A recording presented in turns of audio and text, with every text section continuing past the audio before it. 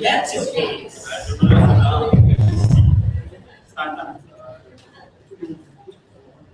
Good evening, everyone. Welcome to the grand finals of the IMU Debate Open 2014. We'd like to congratulate all the teams who have played thus far. Congratulations. Before we start, a couple of house rules. First and foremost, please turn your phones to the side. If you don't need them, turn them off. That would be brilliant. Do not walk in or out of the hall during speeches. If you really need to do so, please do so between speeches. I think there are doors at the back you can use as well. If you don't need to use the main door, that's to my left. Please maintain support to a minimum. Clap or hear, but don't be too loud so as to obstruct the ability of the judges to hear the speakers on the floor. So if you'd like to support them, remember you also need them to be heard.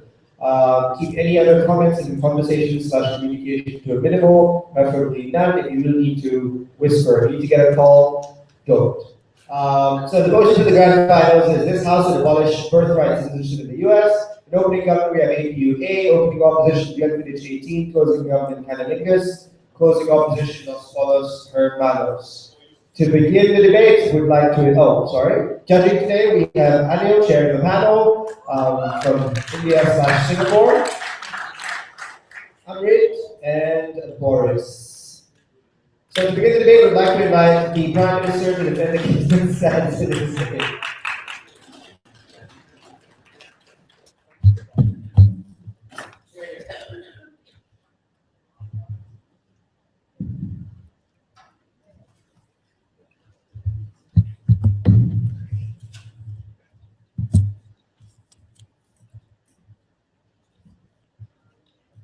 Ladies and gentlemen, as the House of the US, we believe something is to be taken care of, right? Is how we actually implement our new immigration policy, and something as we have a greater responsibility to these people, and how we further implement it a better way, right? And how we actually further enhance the US immigration system, and how we actually further make it beneficial to our country, right? So as the House of USA, we are today, well, let's start with the characterization of debate, as we have a lot of things to explain, right? First of all, this debate is only going to be about the immigrants, right? And only the immigrants. And first of all, let's also talk about the US, right? As the House of US, we clearly know that we are the only country that allows birthright citizenships to start with, right? And even if there are any, we believe we're the majority country, a developed country that people want to enter, and we have birthright citizenships in the country, right? And secondly, that we believe that what we want to actually do by the definition of the motion is that abolish this right, because just being born doesn't grant you the full citizenship right to start with, right? So our objective as the opening government is to ensure that there is to further complement the current immigration policy, which is the Obama policy set for the 5 years of working in America, and how if you're an asset, you get proper citizenship right. And we also can talk about the facilitation of military that we are enforcing in the Mexican borders, and how it's further enhancing the legal barriers for our immigration process, and how we can also further cater to the current people under our paradigm, right? So today, let's talk about what really happening with the how Obama is pushing the new policy, right? That needs to be discussed. First of all, the whole policy right now is that if you have a child in US, that you actually gain the right as a parent to become a US citizen, to cater for that child who's also becoming a US citizen at the moment, right? So Obama actually trying to push this ideology of how you can also grant immigration to the parent and both the child, right? So the whole, we believe that is one of the immigration policy. And the second immigration policy that we have is how citizens, if they are an asset and have been working in America for 5 years, if they have a child, they can also become a citizen to start with, right? But we believe there's a problem with the first policy that Obama is setting and why it should be abolished and what are the possible benefits we can actually gain from. No, I haven't started yet properly. So the whole idea of the immigration problem, as Prime Minister, I will be talking about the motives of how these immigrants really work. And I will also explain furthermore on the Republican rhetoric that we actually have set up in the US, right? So first of all, let's talk about the motive, right? What are the current problems that we have in the whole United States policy, right? We have a lot of immigrants, right, be it legal or illegal, and we believe they're not being treated proper because we haven't enforced proper immigration policy, because they're not in a right condition in US, because we see a lot of reports and people with banners that the immigrants are taking our job, and we believe there's a anti-rhetoric to start with, right? So we believe at that moment, the whole idea of that motive, how does it work, right? People have, when you have this immigrant family and they actually have a child in US, obviously they have this incentive to cater for that child and go back to US, right? There is no incentive to not go to US, and we cannot argue that, because that person would go to to US to cater for that child as a parent, right? And who doesn't want to? So the idea is that when we actually abolish the whole birthright citizenship in US, we can actually eliminate this motive, right? And further ensure that there is no further motive for people to enter the country borders, but rather than that, having that other policy, which is how you become assets, still there. Yes, this to some degree does decrease the immigration amount that we actually, the influx of immigration amount we have in US, right? And further caters to that problem, right? So the motive over there is now finally properly abolished and have been dealt with, and we can now further engage in the proper policy that we want to actually complement throughout the whole case by abolishing this. So before I move on, I'll take Tim. This is not just about parents, it's about babies. If an immigrant child being born in the US, why must his or her rights be significantly different than that of an American child? See, this is the problem. The child must have the same kind of citizenship contingent to the parents, right? So he or she can follow up to their parents and deserve the same right that the parents had, and can follow up to the rights of their own nationality, right? Not follow a foreign sets of rights for that child, right? So we believe that child rights would also be there in the end. Even if it's not US rights, we believe you'll get the other rights of the other nationality, right? So let's move on to the second one, where we talk about the Republican rhetoric, right? And I'll also explain the political capita in the second layer of this argument, right? So first of all, let's talk about the rhetorics and how it works. First of all, we have a lot of complaints coming from these Republicans about how they actually go against these immigrants that we have in US, right? They completely flat out say the immigrants are the fault that we're facing so many problems where jobs are being taken by immigrants. They accuse immigrants too much, right? So we believe at that moment that accusation is not only on the immigrant, they also accuse the Democrats for it, right? And their so-called soft ideology on the immigrants that they implement, right?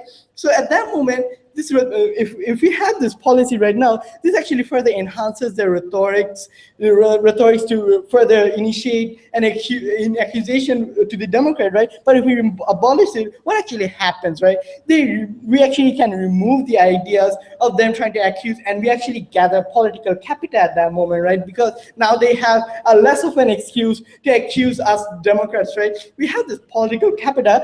And how do we actually use this political capital? Better way is that, well, as we talked about in our objective, right, we further complement our current policy of how the asset immigration works, that how we can further improve our policy, that the current policy that Obama already initiated, rather than the one that he's trying to right now, right?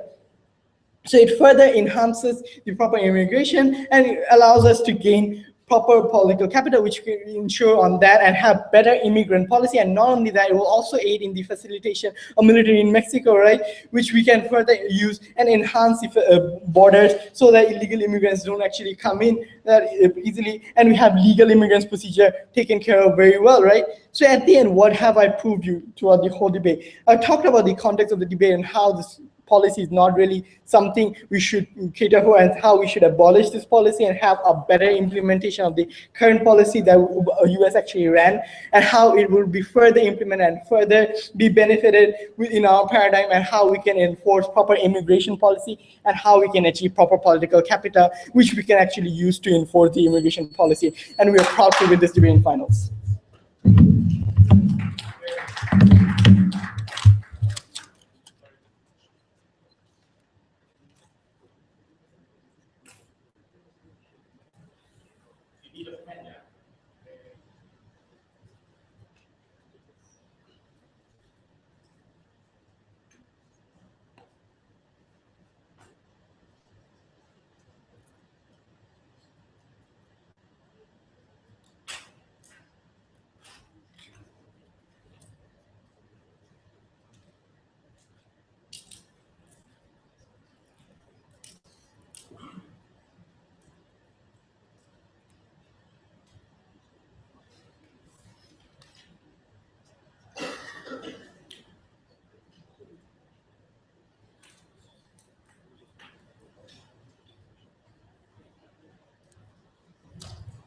I'd like to thank the Prime Minister for that speech. Would now like to invite the Leader of Opposition to open the case. Sign opening opposition. Hear, hear.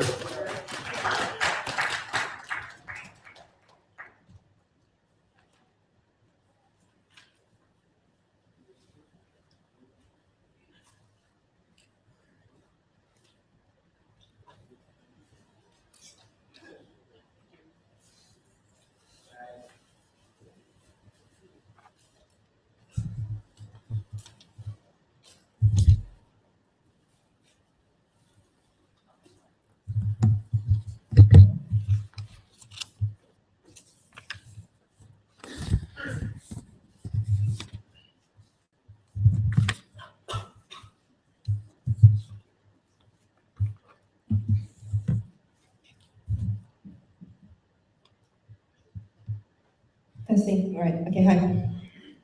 The stance from opening opposition is clear. We think it's the antithesis to the true essence of America, the land of free, the land of opportunities, and it's especially counterintuitive when America on its own is built on the backs of immigrants, for you to now come and say there are certain immigrants that are accepted and certain immigrants that are not, just because you don't cut it for us. We tell you that it's tolerable and we'll explain substantively in our arguments.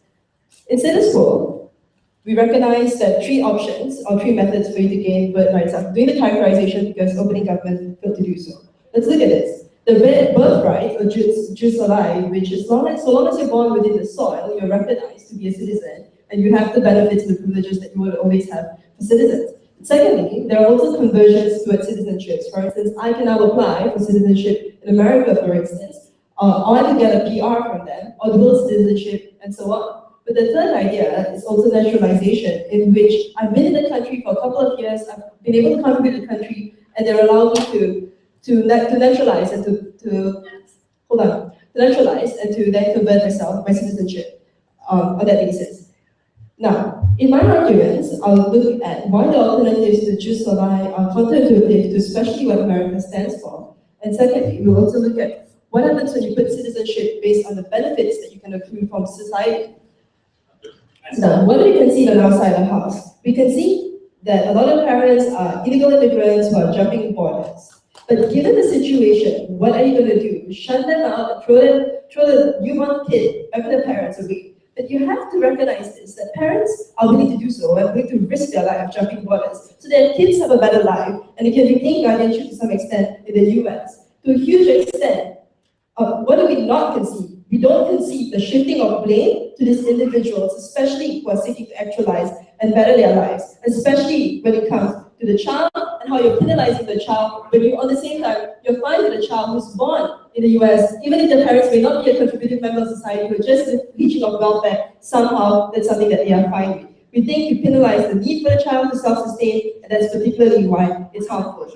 Now let's look at my arguments. The first thing, one alternative to jus soli are counterintuitive to what America stands for. Because removing the jus soli then narrows down the option from 3 to 2, right? You only have naturalization, in which you only be a legal migrant, and legal migrants in status quo can only get a visa to work in the US if you are highly skilled, you earn a certain amount, you have a certain amount of money in your bank, and you're specially skilled in something that you can't really, that's unable to be found in the US. Illegals can be totally shunned out under this circumstance when you have strict border control, and that's something that they can easily do. But the second option as well is when you have migration opportunities. Again, that's based on financial ability, whether you have enough money to sustain that, that's whether you have racial lines to some extent, because the higher likelihood of you being discriminated is also quite high there, right? Educational, and again, skill set. It's all about the certain amount of money that you have in your bank, the certain amount of benefits that you can accrue to the state. Why is this particularly wrong? Because the concept of citizenry is never built upon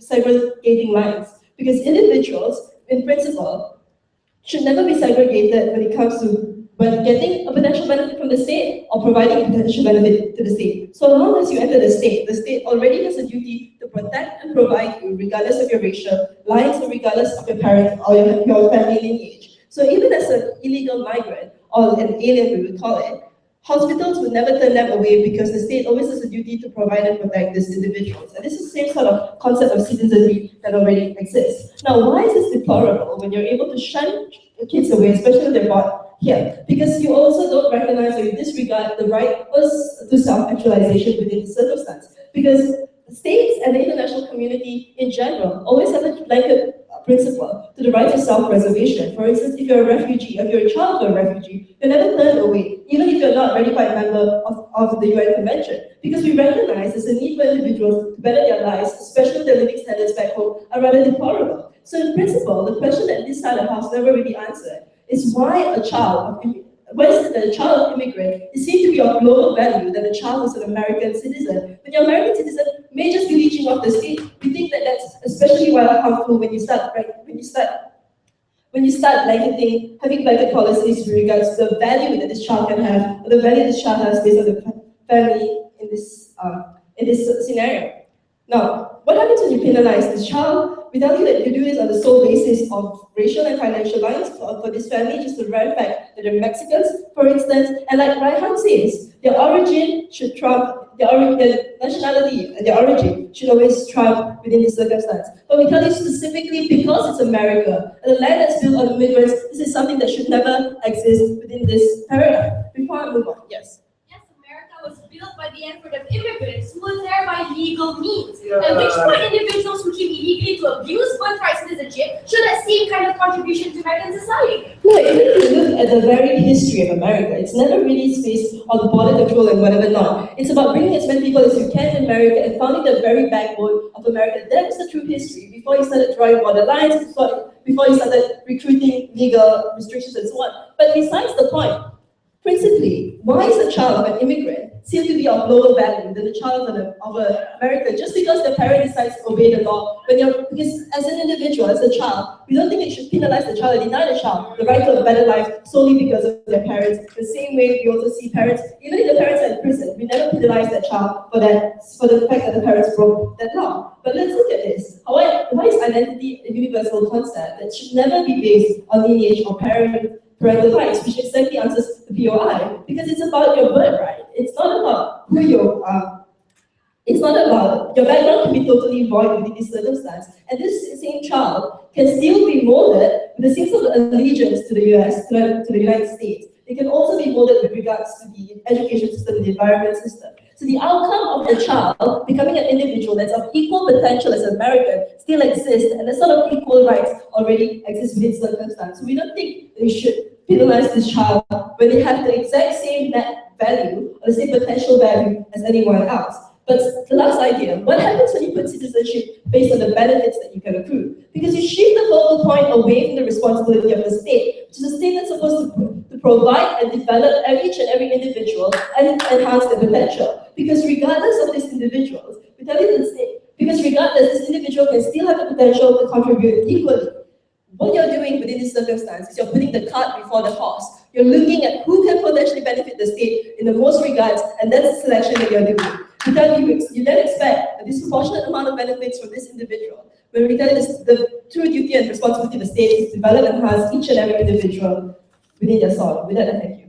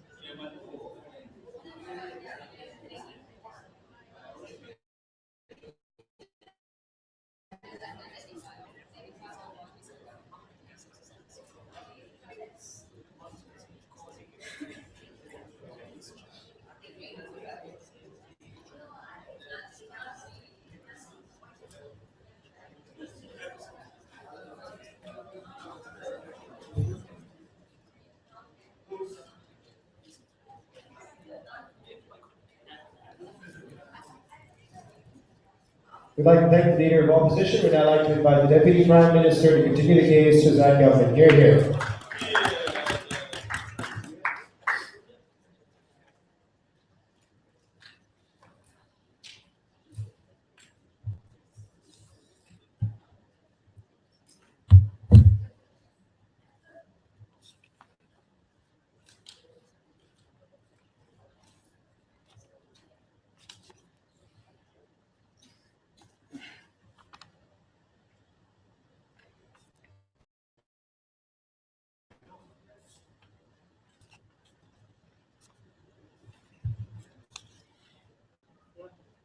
That's fine. Ladies and gentlemen, immigration is not a right, it's a privilege that not everyone is entitled to, right?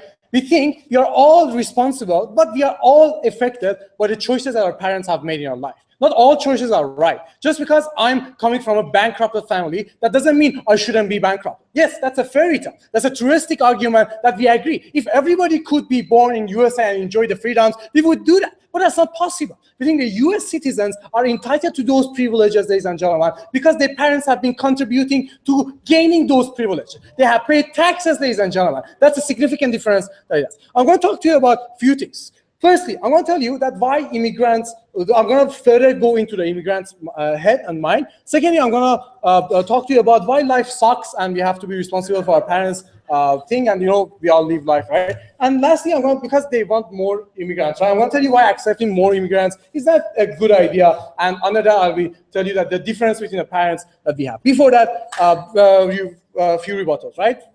Firstly, they come here and tell you that if you want to make it to US, it's only one way. If you are a high-skilled and a high-class citizen. Bullshit. That's not true. If you are gay and you live in Saudi Arabia, you can get citizenship. If you are significantly disadvantaged in a particular scenarios that you're already having in your life, you can get citizenship. There are humanitarian citizenship. There are shitloads of other ways of applying and getting to US. You don't necessarily need to be an elite to go there. But even if that's the case, we think you are not entitled to the privileges that you gain from immigration. If you're qualified, you go through. If you are not, well, suck it up. Life is unfair, right? Well, let's look at the argument, right? Let's look at what Raihanur told you. And they came here to accuse us for not characterizing. No one has ever accused my team from not characterizing any debate, ladies and gentlemen. He gave you clear characterization. We have a clear immigration problem in the United States of America. Few days ago, since we are the only team who reads in debate, right? Few days ago, we introduced a policy, an immigration policy that that Obama is trying to use his executive power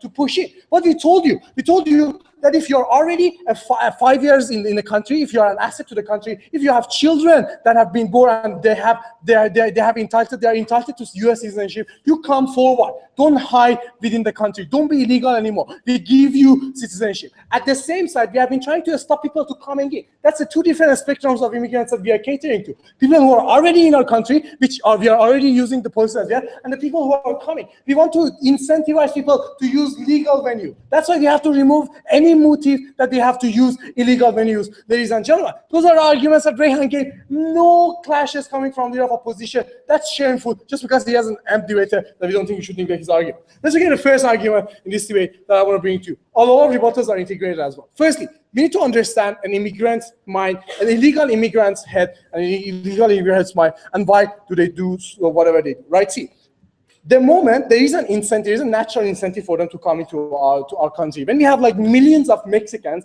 living in our countries, and half of them are illegal, ladies and gentlemen, and they live in ghettos, like they live in a lot of places that they are not high class. Then they already have a privilege of going there and finding somewhere to conceal themselves, to hide themselves. There is already a comfort zone for these people to get in there. We should not further incentivize them. See, there is a legal loop there, right? It's very simple. The only thing that you have to do is just to cross the borders illegally. Then you can hide yourself, have whatever you do, and that's how people have children, and then have a child, and then we give that child a citizenship, and by default, you're going to get citizenship as a parent. At least you have an excuse to fight that citizenship. You are not entitled to that. There is a wrong incentive and motivation, right? We have to remove that, ladies and gentlemen. Oh my God, Kanna says like, sit down, right? See, the idea is very simple. The moment that you remove the motivation of people using illegal venues, you by default you create more incentive for them. Specifically, when we have this policy which we implemented, now we are facilitating further the rights of people to come in. See, we have lottery of USA, right? Even if you're social and you can't make it, you can participate in lottery and still win a green card, right? So the characterization coming from opening opposition doesn't stand in this debate, right? Well, let's look at the idea, the second idea, that why life sucks, right? See, we need to understand something. Life sucks. It's unfair, right? We didn't choose to be the person who we are. It's lottery of birth, like suck it up, right? People who are dying from famine in Somalia, they didn't choose to die from famine at the first day of their birth, right? We don't think your rights are contingent to immigration. Even people who don't illegally immigrate, they gain rights. What you're going to do with that child, don't come here and draw a pathetic image, right? We just send them back to their country when they belong and they can practice their rights, ladies and gentlemen. We don't think just by rejecting the immigration and not giving them citizenship, we are removing all the rights. No, go back to where you're coming from, ladies and gentlemen, and practice the rights that you're going to have. Immigration is not a privilege. Closing. Sir, you are clearly lying, and the problem that you have is that parents get extended guardianship. If that was removed, and we're talking only about children who didn't deserve to be born there, why shouldn't they deserve citizenship within that soil? No.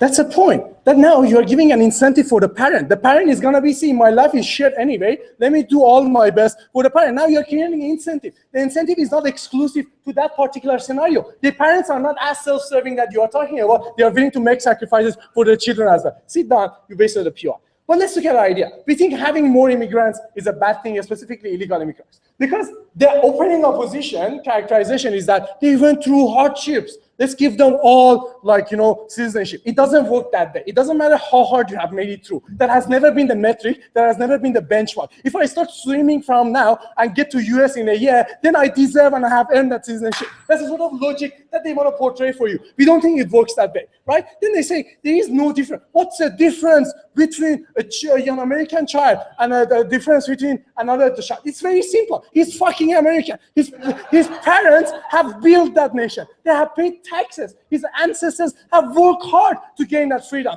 They have made protests again like Wall Street or whatever they have done. They have built America, ladies and gentlemen. They are entitled to it. We know it's not fair, but that's the only way that we are going to do it. That's the only way we do it everywhere, ladies and gentlemen. What we have brought to you in this debate, it's clear. We gave you a lot of jokes, right? But besides that, we have already proved to you that in order for us to solve the immigration problem that exists, we need to have a complementary version. We are already catering to those immigrants that are in our country. They have hid themselves, ladies and gentlemen. But more importantly, we have to remove the artificial incentive that exists for the people to choose illegal venues to enter to our countries, ladies and gentlemen. That was a clear characterization coming from us, from opening government. We think at least we are edging over opening opposition.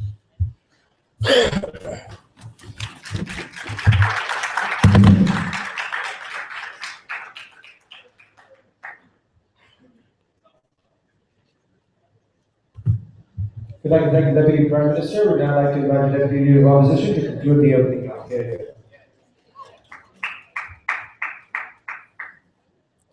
Ladies and gentlemen, Shafiq, Lavania, I, and Kanna have been around for a very long time, but this is the first finals for Raihan and Tanya Okun. A big hand to these two individuals. Okay, so I'll start now. We never heard the dichotomy between the child of an alien, because that's the term that the Americans use, the child of an alien and the child of a United States citizen that are being born in the United States, and why the rights that are supposed to be accrued to these children naturally need to be segregated based on the parental lineage that's apparently now we are using to determine citizenry. At what point of granting citizenship has it been based on the backgrounds in which you come from or your parental lineage? We think that is fundamentally unfair, and it wasn't proven until now. I will do two things to you, for you. Why this counters the dominant narrative of acceptance when we implement the no child left behind, and why this is segregatory lines we can't stand by. And secondly, why the right of birth is equivalent to your identity, and given that your identity is based on where you come from, this has nothing to do with the countries that your parents have left. Before that, a couple of rebuttals. So Behrad and Raihan told us that, well, if you're gay, you can seek citizenship, and if you're oppressed, you're running away from environmental disasters, you can seek citizenship. Unfortunately, that's called asylum. It's not citizenship. There are huge, stark differences between the two policies. No, we don't give citizenship because you're gay. Sit down. Secondly, what we heard from government side was that this is a legal issue, that the legality of the system has been breached, and therefore the kind of application of citizenry or the affording of automatic citizenry is problematic. Unfortunately, the breach of this legality is culpable only as far as the parents are concerned.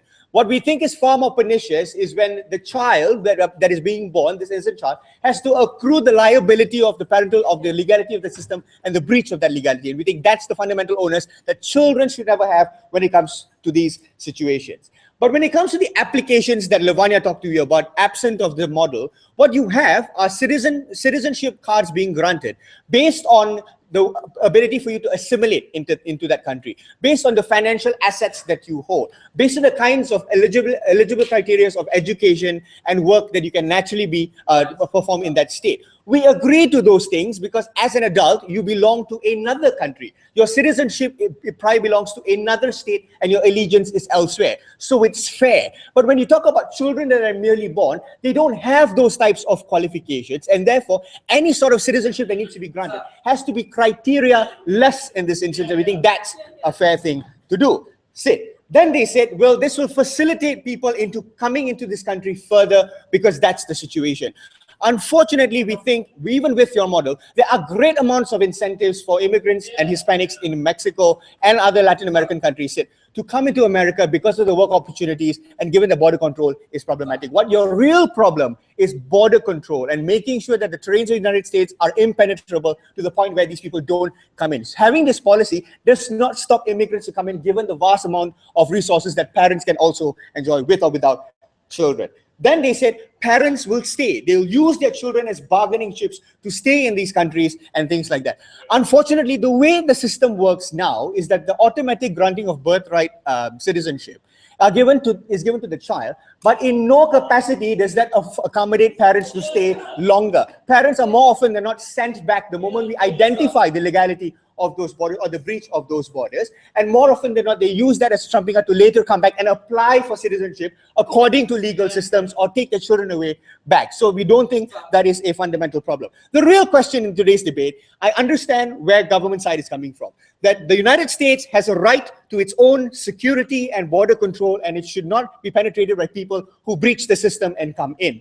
What they haven't proven to us is at what point does the right to security become so much of a threat by granting citizenship to children who are born on that soil, and that's the comparative we never heard, Behrad. Well, you see, your policy currently says that if your child is a citizen of the United States of America, we will grant you Gerard citizenship. Why do you solve that legal loophole? What is the legal loophole again? See, the Obama policy says that if you have children who have citizenship of the United States of America, they grant you automatically citizenship. How do you solve that? At the point in which you've stayed and you've paid and you've done your dues for more than 5 years. Those are trade-offs within those bills that can actually be achieved. If you've got a child last year, that policy doesn't apply. You can't nitpick the kind of policy just because it cites you.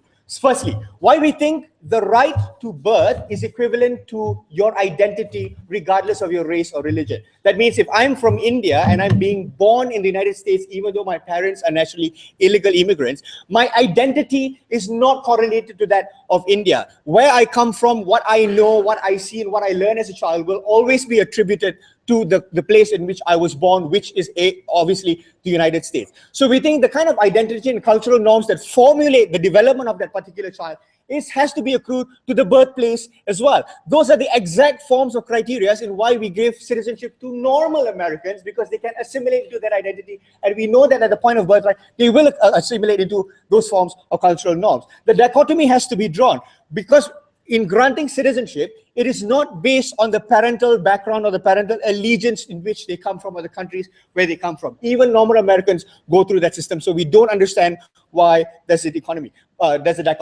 But even so, when you look at these children who are given birthright citizenship, eventually they do become that extension of the state. They do become tax-based, and they do become normal citizens. At what point does the right to security or the right to control your own economy or to control your own people become a huge threat just because you've given citizenship to these kinds of people?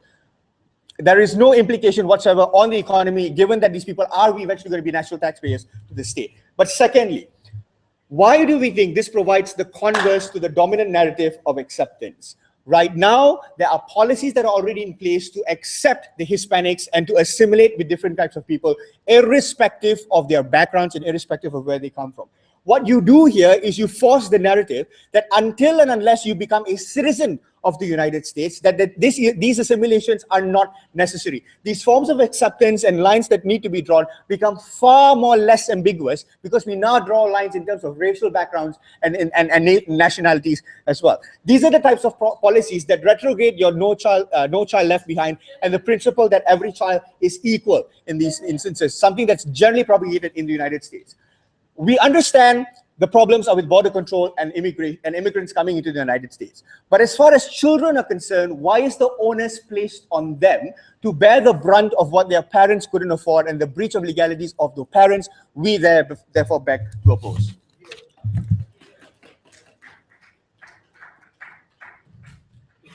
We'd like to thank the Deputy Leader of Opposition. We would now like to invite the Member of Government to open the case for the closing houses. Here.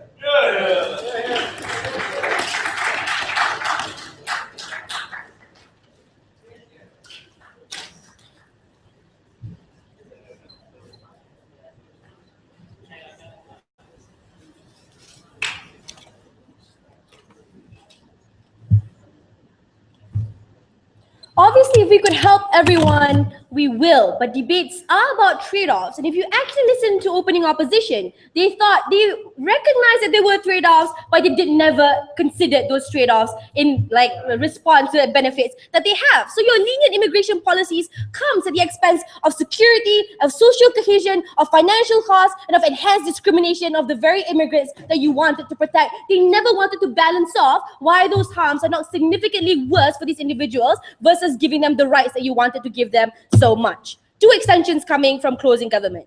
Firstly, why birthright citizenship enhances xenophobic sentiments and correspondingly curbs our ability to protect these immigrants within America, directly responding to the very people that they wanted to protect within this debate. But secondly, birthright citizenship also delivers a false sense of hope in securing the American dream. We think they are worse off when they live in America without those protections or frameworks of rights. But before that, four main rebuttals. Firstly, they thought that alternatives to jus soli are counterintuitive, but really the only characterization they gave is that we don't give foreign employment unless you are highly skilled. We think blue-collar jobs are highly supplemented by migrant workers in the United States of America because they are the ones who are willing to perform manual labor jobs. So even if this is not the scenario, policies themselves will push for it because the American government will realize that the supply is far lesser than the demand and we actually need foreign workers to supplement our economy. So obviously, we do give jobs to foreign workers for blue-collar categories. But even if we don't, we question them, why is that an illegitimate policy to make?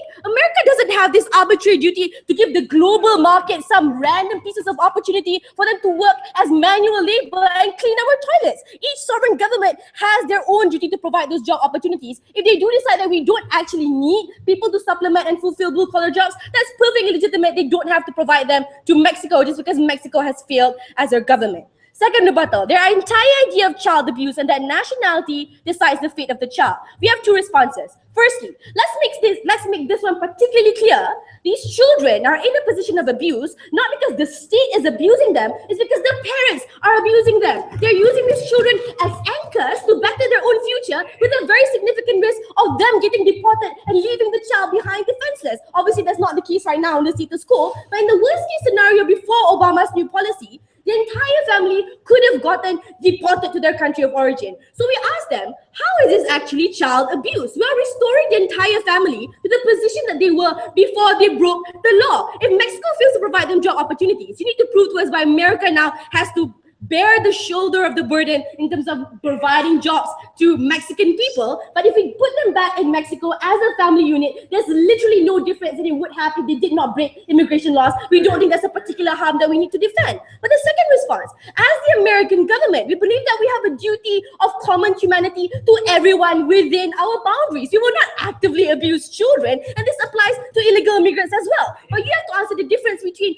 common protection of basic rights versus giving them rights that are associated by being a citizen. Why do we need to give them the right to vote and other protection that is only given to the citizenry? So you need to ask that question. We won't be out to actively discriminate the health and education of these individuals, but why do we need to recognize them as citizens in order to not abuse them as children? We don't have that answer. Third rebuttal. This is the main crux of their case. This child has equal potential to be a contributing American citizen, and therefore we have to give them citizenship. By that case, everyone in the global community is an American citizen. We say, sure, they also have equal potential to be a criminal. That's why we don't legislate federal policies based on expected potential of individuals, because they're babies. They could literally become anyone here. So the solution here is to prove their potential in the future and apply for the right to become an American citizen. They are not excluded from those opportunities. We don't see why it's a harm to have individuals show that they have earned the right and show that they do belong to American society. Just by virtue of you being born in America doesn't at all show any coherent link as to your potential belonging to that society. And that goes to my fourth rebuttal, directly responding to Tim. Somehow your birth and your lineage determines your identity, not just identity, who you will be in the future. We say assimilation is different depending on your parental background. We say a child with an American parent is more likely to show that they have social cohesion within the American fabric of society, because there's a specific value system that defines the American society, one that is of freedom and liberty. We see what happens to these immigrant communities, and this is the actual case on the ground, is that retreat into enclaves, because when they don't subscribe to those value systems, they then preserve their value system by creating communities and having harder interaction with other people. This is not a coincidence that all ISIS recruits from first world countries are immigrants, Mr. Speaker, and not people of American and England descent, because these are individuals who arrive to America purely for economic opportunities and not because they subscribe to the American value system. If these individuals grew up in those communities, there's an inherent chance for these individuals to not be people who belong to American society, and they have to prove that worth. We think it's only right that these individuals show that they are Americans and prove they are Americans to the government before claiming an arbitrary right to become a citizen in America by pure coincidence of your parents abusing immigration policies in order to get citizenship themselves. Two extensions from closing government. But before that, yes. Every immigrant child has just as much of responsibility to be a functional member as Yes. If the citizenship isn't granted based on the geographical location of where you're born, what is your yardstick of citizenry? They just told you long-term commitment to the United States of America, contribution to American society. Those are the normal yardsticks they already have when you apply to become a citizenry. And exactly, we don't legislate based on possibilities, because there's infinite amount of possibilities, guys. Therefore, they don't all earn the same right. Enhancing xenophobic sentiments. The American government is placed at the behest of social sentiments when xenophobia is at its height. That's why federal policy is being discussed to implement voter ID. That's why Arizona immigration laws allows for racial profiling. When we do not compel immigrants to pass a test of citizenry, you allow them to homogenize everyone of color, because everyone of color is likely to be an illegal immigrant, a second-class citizen, your parents are criminals, you can only work for manual labor. The pernicious harm here, you detriment other people who legally enter, and they are grouped with illegal immigrants as well, and they face discrimination on a day-to-day basis. We agree with Tim that the incentive to become an illegal immigrant will always exist. So that's why the perception of the collective will be altered if we tell them it's hard to become a citizen, and therefore all immigrants who enter here are there by legal means, and they're proven their allegiance to the United States of America by knowing our history, our anthem, and they subscribe to our value system, right? So despite your utopia wanting to give rights, we cannot give rights if society doesn't want it, because xenophobic sentiments are high. Lastly, false sense of hope. They think we can achieve the American dream, but what they do achieve when you have day-to-day discrimination is no protection, because you won't get minimum wage. You get lesser job opportunities, and even if you get the job of manual laborers, you never get equal wage. You face everyday discrimination. Your children go to worse schools, they interact with worse people within the community, and they get lesser financial comparative advantage, because even though purchasing power is higher, your ability to purchase things is lower because of inflation. All of these things are things that don't improve their financial opportunity. When you say that you can abuse immigration policies by just having a child within those borders, you are cheating them out of the American dream, because this is not something that gives them equal opportunities to get those advantages. You are the ones lying to immigrants and giving them a worse life. We've never been proud of the propose.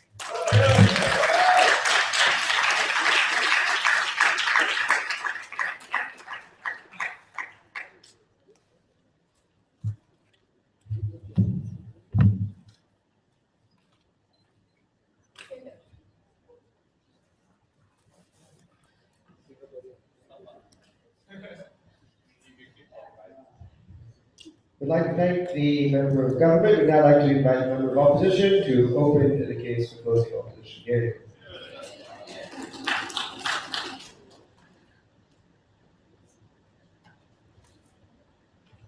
Okay, I get it. We can't help everyone out in the world. That is idealistic and not practical. But the difference here is that the people are already within our land. They're within our protection. And the abstention of aid to someone outside your lands isn't the same as the choice to abdicate your responsibility to someone who's already within your land and then put them through the perils of destitution after that. That is an active choice we think governments should then avoid. But the second question here is, how does helping those within our land suddenly lead to the idealistic conclusion that everyone will now abuse this policy? Considering that our model or the birthright is not mutually exclusive from tightening immigration policies or making sure that people still don't come in, it just grants the people who are born here citizenship. And therefore, we don't think it leads to that same idealistic conclusion that they choose to believe. A few things I'm going to do in this debate. One, let's examine the motive of immigrants. Two, let's talk about citizenship and the criteria to get there. Thirdly, let's talk about the implications, primarily for children, but also about what Mai said about the 1.5-minute extension on xenophobia.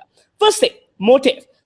Opening government came here to say people come here to have children, and therefore allowing this model incentivizes immigration or illegal immigration.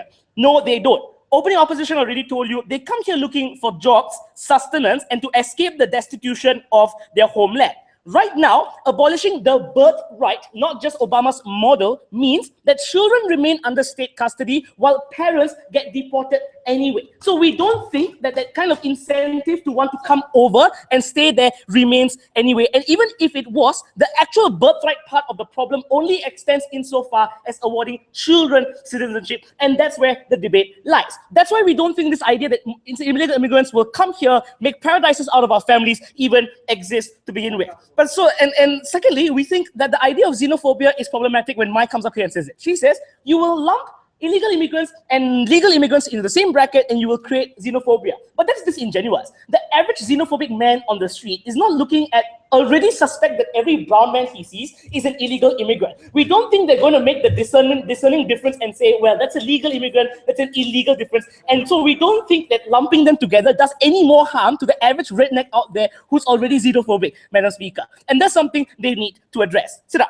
The second question, what exactly did you do to deserve citizenship? And this is where the bulk of the new material comes in. Because Behrad comes up here and says, literally, they're fucking Americans, okay? They paid taxes, they built our nations. And further down in Mai, they came up here and said, but they are children of legal immigrants who came here. But the question here is, what did the children of legal immigrants do to earn the citizenship?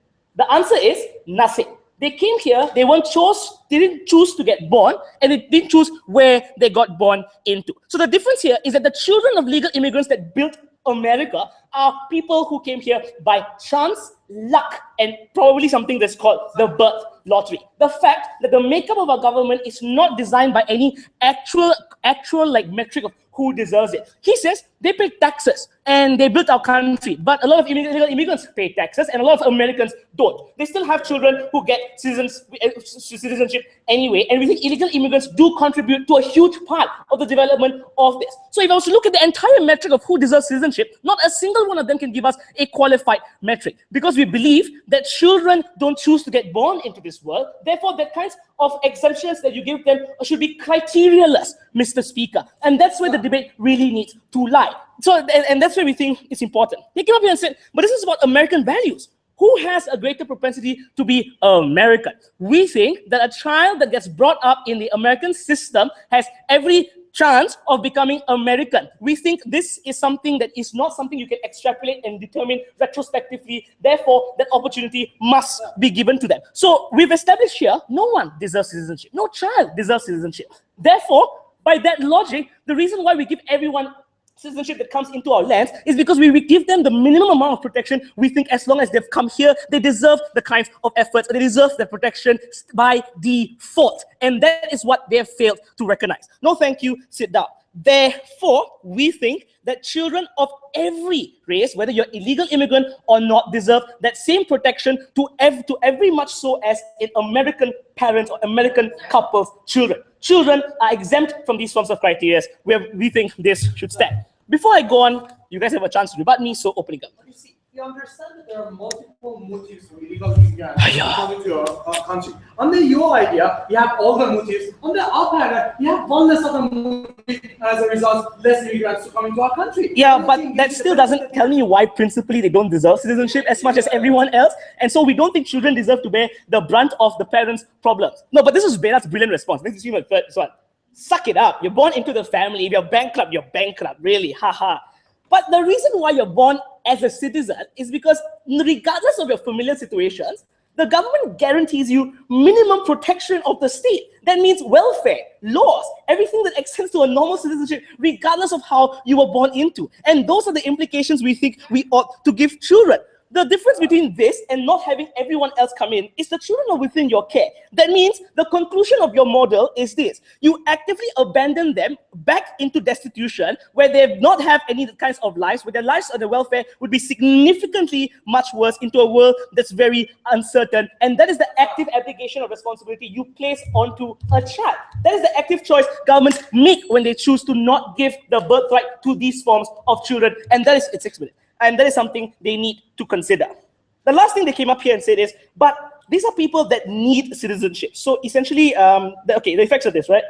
Need citizenship. So parents come here and therefore they make these kinds of mistakes. Again, we told you already at the beginning that this debate needs to revolve around children. And therefore, we think that even if the worst case scenario, more parents and more illegal immigrants are incentivized to come into America, we think children cannot be the pawns of a state public policy. We think they ought to be protected to every degree possible. All in all, there are 3 things we've told you. We told you that the problem is really, really incongruent with the actual solution. We're not talking about if you want to restrict immigration and you don't think you're feasible in doing things, do it. But the fact that they're already there and actively abandoning them into destitution is an actual moral crime, and therefore that's different. Secondly, we told you that the entirety of citizenship is that nobody actually deserves it. We actually just give it out there, especially when it comes to children. We think that children of aliens are no different. Thirdly, we told you, absent this model, what you're doing to children is unfair and disproportionate. For all these reasons, we're very proud to oppose. I can thank the members of opposition. Now to wrap up for the government that would like to invite the government here.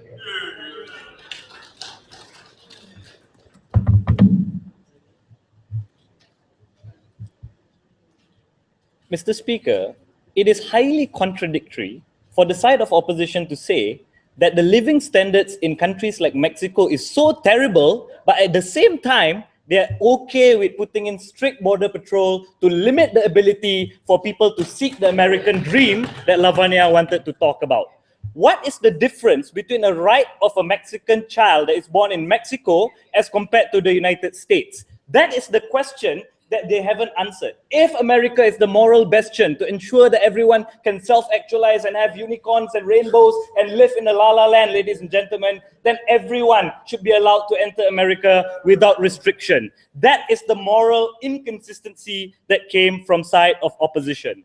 Firstly, housekeeping issues. Kanna said that it won't stop illegal immigration by virtue of us implementing this policy, because he said that people enter for different reasons. We agree, the motivation is subjective, but we think that this will highly or definitely reduce the motivation of individuals coming into America, right? So on a comparative, it will be far more difficult for, or it will be far more, people will be far less motivated to enter America if they don't think that they can anchor their baby in, and America adopting policies such as forgiving illegal immigrants and granting them citizenship, because in Congress people are arguing that the children is far worse or far worse off if their parents are deported and they live in America. That's why Obama is pushing to forgive illegal immigrants, ladies and gentlemen, by granting them citizenship. So on the balance, we think it is far worse under their side. Secondly, he said that xenophobia won't change because rednecks will always hate immigrants.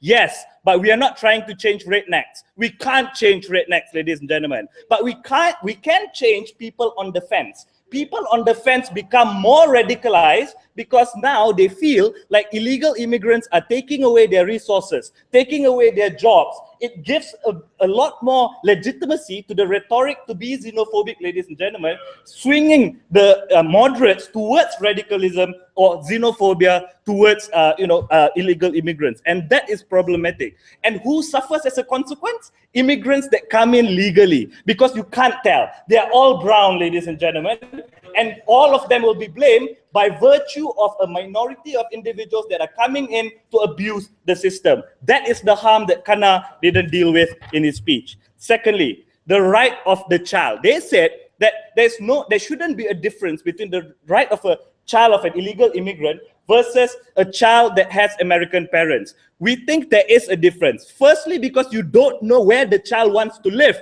You can't ask the child, right? There is a converse probability that the child wants to remain in Mexico. But secondly, the right of the child must be juxtaposed to the social cost that we talked about that they didn't want to consider. But thirdly, ladies and gentlemen, we think the right of a child that has American parents, ladies and gentlemen, should be prioritized for 3 reasons. Firstly, not only the parents have committed their duty as citizens, ladies and gentlemen, pay tax, abide by the law, they were human capital within the country, but we have to decide based on probability. The child with American parents has a higher probability to want to stay in America and associate himself with the American values because he's brought up by an American family, because they adopt that same values, ladies and gentlemen, and he'll be more likely to adopt our values. So on a comparative, we think that the child of an American parents, ladies and gentlemen, should be prioritized considering the uncertainty of what happens with an illegal, the child of an illegal immigrant. Secondly, they said that they want to ensure children have a better living standard.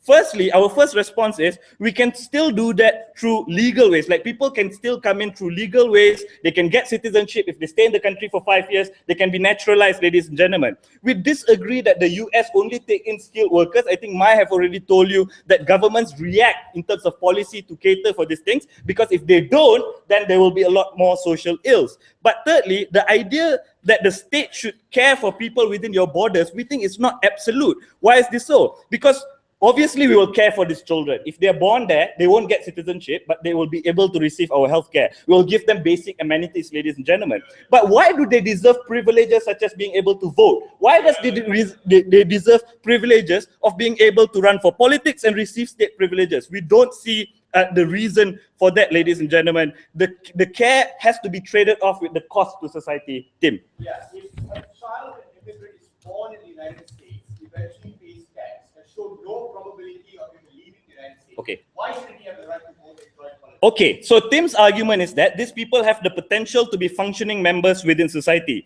Again, governments shouldn't decide policies based on potential or probability, or based on uncertainty, ladies and gentlemen. Let's look at the probability of this child's potential. He's going to be in the United States without parents. He is more likely to insulate himself within enclaves. He won't be able to integrate within society because he grew up in that enclave.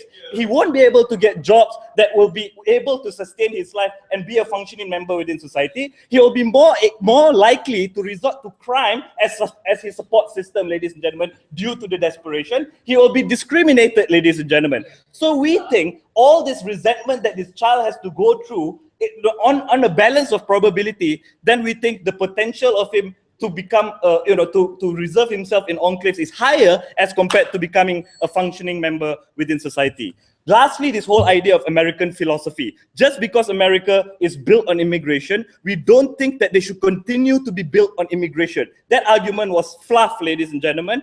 That's why we have citizenship. Every country has citizenship because we need social control, we need social cohesion. If your case is about the American dream and helping people, then open your borders, don't have citizenship at all. Now let's look at how we deal with the root cause of the American immigration predicament. The motivation is obviously anchor babies. Recently, America is trying to pass that policy to forgive illegal immigrants. It gives them a false sense of hope to come into America. Pew conducted a research to say that migrants that live in America with the hope of a better life have worse living conditions as compared to the place of their origin. They have the risk of crossing the border is so high that people die, ladies and gentlemen. Xenophobia and discrimination and policies like the voter ID law makes them have horrible living conditions. They have horrible working conditions. There's violence that's perpetrated onto them. They can't integrate properly within the society because of the perception that is given to them. What do we support? Objective criteria. So that they can, so that we know that they can integrate into the society, so that governments can have social control and don't have any security concerns, ladies and gentlemen, so that we have a good filtration system for prioritization of resources, because it's a zero-sum game. We can't help everyone, and we need to make priorities, ladies and gentlemen, and that is why we are supremely proud to stand in government.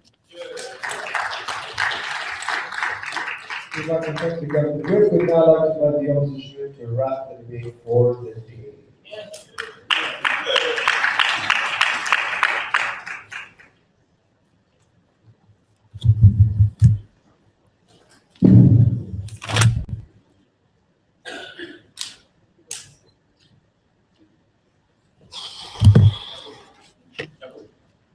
Oh.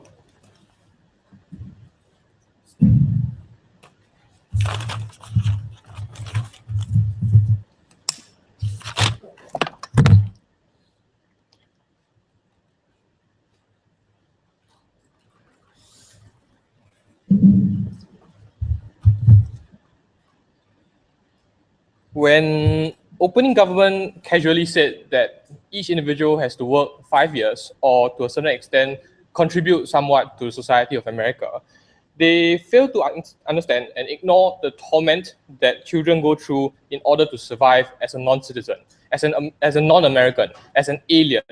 What happens is when in these situations, what happens is the children try to hide in places in order to avoid detection, and this also means running away from school or cancelling school in order for us to move towards places of non-detection. Secondly, parents struggle to find jobs.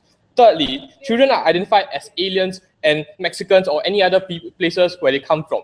These are the kinds of different experiences that you get simply because you are non-American, and that is precisely why there's a difference in terms of distinction between how an immigrant lives his life and why an American lives his life. There was no ability for them to give a distinction between what's the difference between a baby who is an American and the distinction between American children. The only thing that they said was that, hey, Americans probably have better standard of living and they probably can do well. The same can be given to an immigrant if he was even a birthright. We think that those kind of things is threatened, his lifestyle is threatened because you don't give him the birthright and you make him suffer from the kind of childhood that they have to live through. That's precisely why your IC's argument don't make sense, because they live in two different spectrums in the first place. Those kind of American experience you don't guarantee. Two questions for you today. Firstly, who deserves citizenship? And secondly, should children be victims of public policy? So firstly, what did Kanna bring to you? Kanna brought to you the motives of citizenship, especially when it comes to the perils of having to live in like apartheid, or not apartheid, like drug cartels in Mexico and facing the violence when it comes to those places, right? And we told you those kind of actions of motivations of these immigrants is because they want to ensure that the lives of their children is important. But more importantly, the giving of citizenship applies to any children in the world, regardless of any children who is in the lands of America. His response was inaccurate when it comes to say that it's contradictory because we tighten border controls. That's important to tighten border controls, but because these babies are in America, that's why they have a birthright in order for us to be American. And in order for us to facilitate a better integration and better experience for both immigrants and American children, we need to provide this birthright in order for them to move on. The second thing he provided to you was that the birth lottery was important. Birth lottery was a concept that was important to recognize in this debate. And this is because when it comes to understanding who is born and where, we cannot give a distinction between how we are born and where we are born in. And to that extent, there was no response from their side to distinguish between how we are born, firstly, but they haven't been able to prove the difference between whether we are American or whether we are immigrants. And to that extent, we think that's problematic. The next thing that they said was that people on the fence would be radicalized, and to that extent, we think it's problematic. But the contrary is that people on the fence wouldn't associate illegal immigrants with legal immigrants in the first place. And more importantly, if we are talking about things such as xenophobic sentiments, the likelihood of you having xenophobic sentiments against another person is if you identify him as a non-American. And to that extent, we think it's far more pernicious, especially to children, when you don't identify him as an American, when you identify him as an alien. Sit down, any of you, stop laughing. So more importantly, when you look at these kind of things, what happens is you don't allow children to have the same experience as the same person on the ground. And that is precisely why all the problems that they have come up with, things like xenophobia, things like all these kind of different things that children go through, is based on their policy where they don't allow individuals to have birthrights. And that's something that is problematic. But before that, Behrad. Okay, see, the reason that these people are suffer is because we give them birth, we give them citizenship on purpose. On the other hand, we can send them back to their country where they can practice all their rights in the burning hearts of their families. So if I were to deport you back to Iran, that would be very difficult for you to be able to live a life that you want. And that is something that we want to ensure, to provide you some level of citizenship. So at the very least, you can get a citizenship, and that you can get a job, and that you can get some form of education in order for you to succeed. Those things don't exist if you disallow them from getting birthright citizenship. And that's precisely the problem. If you want to get opportunities, all you have to do is to move somewhere else in order for you, and not move out somewhere else. In order for you to succeed, you need to be able to ensure that your child gets some opportunities, and that's something that's not being granted upon. Second clash, should children be victims of public policy? And that is where Kanna brought you, that children shouldn't bear the brunt of whatever their parents choose to do when it comes to ensuring that they get better lives. The response from that side was that child didn't consent to coming to America, therefore we shouldn't be considered like child citizens in the first place. But there's two responses to this. Number one, but we think that parents have the ability to, at the very least, ensure that there's safety to their children when they come into the world. But more importantly, secondly, hypothetically, if we were to assume that the child could speak in the womb, they would probably choose America rather than living in Mexico in the first place. That's the kind of question that you need to understand when you talk about the victim mentality. Before that, sit down. So the important thing you need to realize is that the burden placed upon the child is bad, and it is not because they are simply children in America that you need to punish them for no reason other than the fact that their parents have crossed the border. Those kind of things is irrespective of the ways in which we live our life, especially in the context of America in the first place.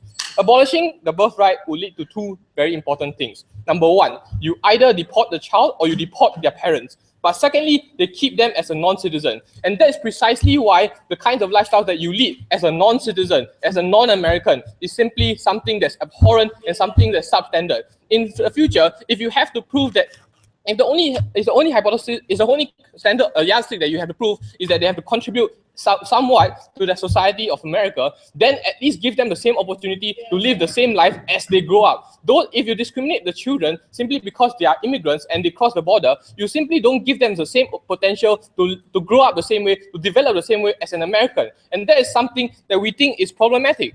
If we go with their side and say that to a certain extent we don't allow birthrights, the birthright citizenship, what happens is you simply don't get the same lives. And that is something that they fail to understand, and something that even on their side, if we want to make sure of things like xenophobia, our side is far better. This important motion must absolutely fall.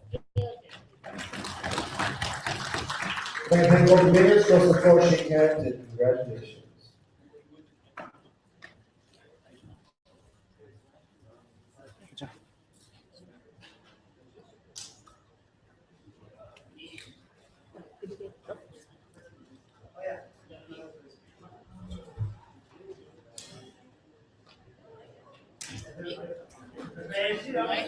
Debate.